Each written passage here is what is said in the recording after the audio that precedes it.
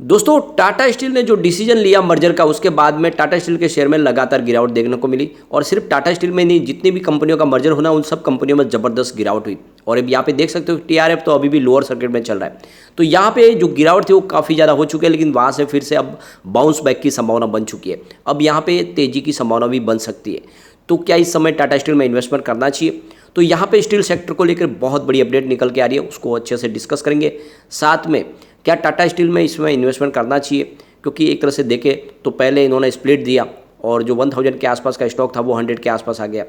अब ये यहाँ पे मर्जर की संभावना बन रही है, 7 कंपनीज का मर्जर किया जा रहा है और इसकी साइज को बढ़ाया जा रहा है। तो क्या आने वाले समय में टाटा स्टील में बहुत बड़ी तेजी आ सकती है? क्या स्टॉक फिर से 1000 तक जा सकता है? तो इन सारी बातों को इस वीडियो के माध्यम से समझने की कोशिश करेंगे।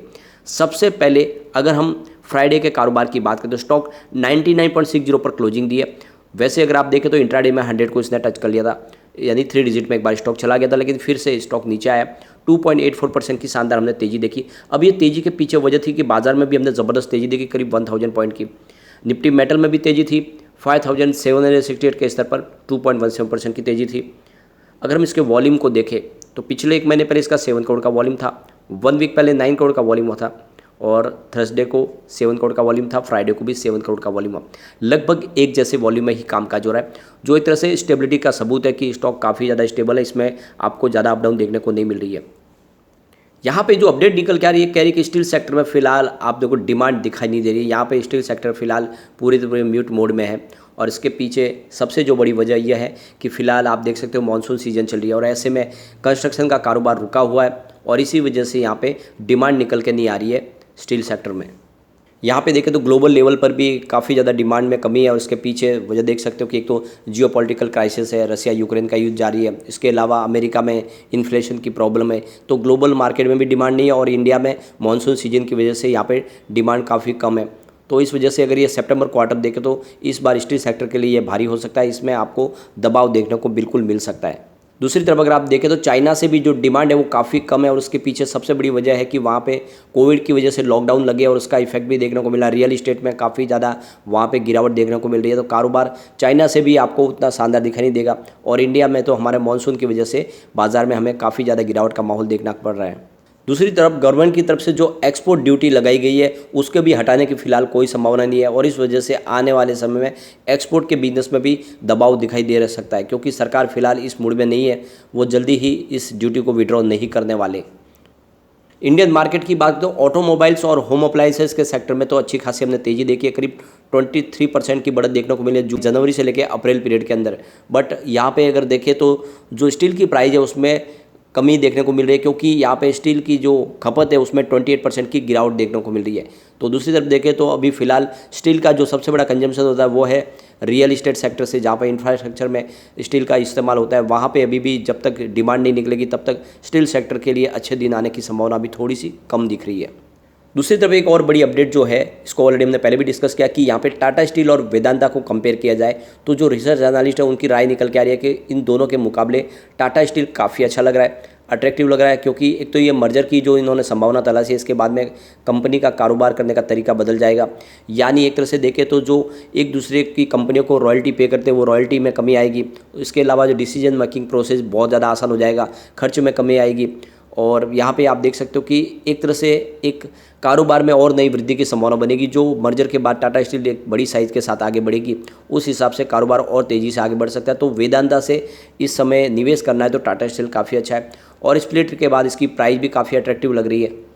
पिछले 1 साल में देखें तो टाटा स्टील की प्राइस में करीब 24% की गिरावट भी हमें देखने को मिल रही है। इस दौरान वेदांता में 11% की गिरावट देखने को मिल रही है। लेकिन ईयर टू डेट बेसिस पे अगर देखें तो वेदांता में हमें 24% की गिरावट देखने को मिल रही है, और टाटा स्टील में इस दौरान करीब 13% की हमें गिरावट देखने को मिल रही है। अब अगर हम टाटा स्टील के फंडामेंटल देखें तो यहाँ पे काफ़ी अच्छे दिखाई दे रहे हैं। करीब देख सकते हो कि इनकी मार्केट कैप 1,21,276 करोड़ रुपीज़ का है। करंट प्राइस इसकी 99.30 की है। इसका 52 वीक का लो 82 का है, और 52 वीक का हाई 143 का है। स्टॉक का पी 3.11 है। इसकी बुक वैल्यू अगर देखें तो 93.7 की है। तो ये आप देख सकते हो अपनी बुक वैल्यू के आसपास ही आपको मिल रहा है। इसका डिविडेंड देखें तो 5.14% का, जो काफ़ी शानदार है। इसका आरओसी 31.6% है, और इसका आरओई 42.6% है। फेस वैल्यू 1 है। तो आप देख सकते हो कि फंडामेंटल काफ़ी अच्छे है। तो सबसे बड़ी बात है कि अपनी बुक वैल्यू के आसपास आपको मिल रहा है। और सबसे अच्छी बात है इसने 5.1% का जो सबसे शानदार डिविडेंड दिया है। इसके अलावा कंपनी लगातार अच्छे क्वार्टर रिजल्ट हमारे सामने ला रही है। पिछले 5 साल का अगर CAGR देखें तो आपको 76.8% दिखाई देगा। इसके अलावा जो डिविडेंड है वो करीब ये 43% में मेंटेन रखा हुआ, जो काफ़ी अच्छी बात है। तो ये फंडामेंटली काफ़ी मजबूत लग रहा है। इसके अलावा अगर देखें तो इसने जो इसका ROE है वो FD से शानदार आपको दिखाई देगा। इसके अलावा डिविडेंड दिया वो काफ़ी अच्छा है। एंट्री पॉइंट अच्छा है क्योंकि स्टॉक ओवरबॉट जोन में नहीं है। इसके अलावा स्टॉक पूरी तरह से क्लियर है, यहाँ पे ASM GSM किसी लिस्ट में शामिल नहीं है, तो बिल्कुल इन्वेस्टमेंट किया जा सकता है।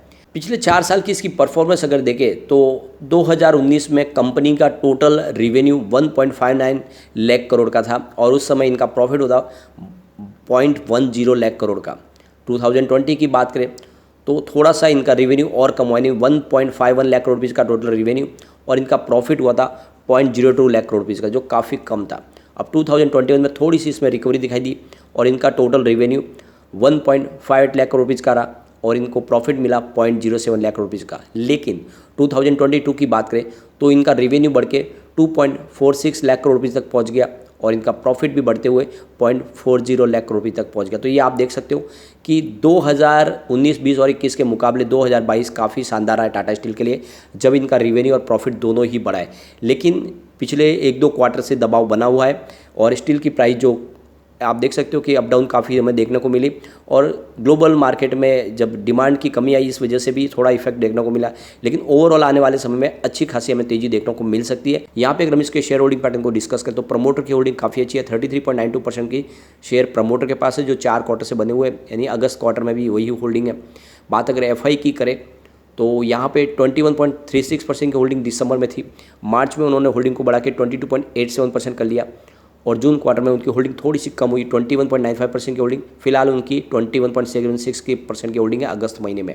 DI की बात करें तो 18.11% की होल्डिंग दिसंबर में थी, मार्च में 20.41% हुई, लेकिन जून क्वार्टर में उनकी होल्डिंग घट के 19.01% पर आ गई और इस अगस्त में 18.37% की होल्डिंग है। तो आपको DI की होल्डिंग भी थोड़ी सी कम होती हुई दिखाई देगी। यहाँ पे गवर्नमेंट की भी होल्डिंग है 0.01% की। जनरल पब्लिक की बात करें तो 26.51% की होल्डिंग दिसंबर में थी, जो 22.70 हुई मार्च में और 25.02 हुई जून में और यहाँ पे 25.94% की होल्डिंग है अगस्त महीने में। तो यहाँ पे आप देख सकते हो क्लियरली कि FI की होल्डिंग और जनरल पब्लिक की होल्डिंग लगभग एक जैसी है, यानी FI की भी ज़बरदस्त निवेश है 22% के आसपास और 26% के आसपास जनरल पब्लिक की होल्डिंग है और इसीलिए स्टॉक काफ़ी अच्छा लगा है, निवेश किया जा सकता है। आने वाले समय डेफिनेटली आपको अच्छा रिटर्न देखने को मिल सकता है। पिछले 10 साल की इसकी अगर हम परफॉर्मेंस देखें 10 ईयर के हिसाब से इसका सेल्स के आंकड़े 6% पॉजिटिव है, 5 ईयर के हिसाब से अगर देखें तो 17% पॉजिटिव है सेल्स और 3 ईयर के हिसाब से 16% पॉजिटिव है, जो इस TTM बढ़ के 38% पॉजिटिव हो चुका है, यानी सेल्स में ज़बरदस्त बढ़ोतरी है। प्रॉफिट ग्रोथ की बात करें तो 10 ईयर के हिसाब से 29% पॉजिटिव है, 5 ईयर के हिसाब से 77% पॉजिटिव है और 3 ईयर के हिसाब से 67% पॉजिटिव है, इस TTM 79% पॉजिटिव है। तो सेल्स और प्रॉफिट दोनों के आंकड़े में शानदार उछाल है और ये आप देख सकते हो इस समय ऑल टाइम हाई के हिसाब से आपको दिखाई देगा, जो बहुत ही अच्छी बात है। स्टॉक की परफॉर्मेंस देखें तो 10 ईयर के हिसाब से 10% पॉजिटिव है, 5 ईयर के हिसाब से 10% पॉजिटिव है, 3 ईयर के हिसाब से 41% पॉजिटिव है, लेकिन 1 ईयर के हिसाब से 23% डाउन है। तो पिछले 1 साल से स्टॉक की परफॉर्मेंस आपको निगेटिव दिखाई देगी, यानी काफ़ी ज़्यादा करेक्शन हो चुका है। अब आपको काफ़ी डिस्काउंट में स्टॉक मिल रहा है, एंट्री की जा सकती है। इसका ROE देखें तो 10 ईयर के हिसाब से 11% पॉजिटिव है, 5 ईयर के हिसाब से 21% पॉजिटिव है, 3 ईयर के हिसाब से 24% पॉजिटिव है, लास्ट ईयर 43% पॉजिटिव है।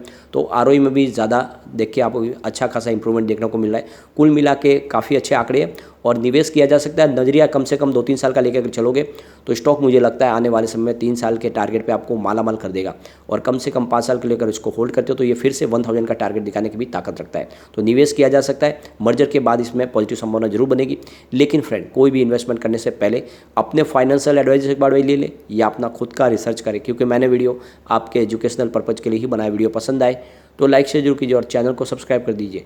Thank you friend.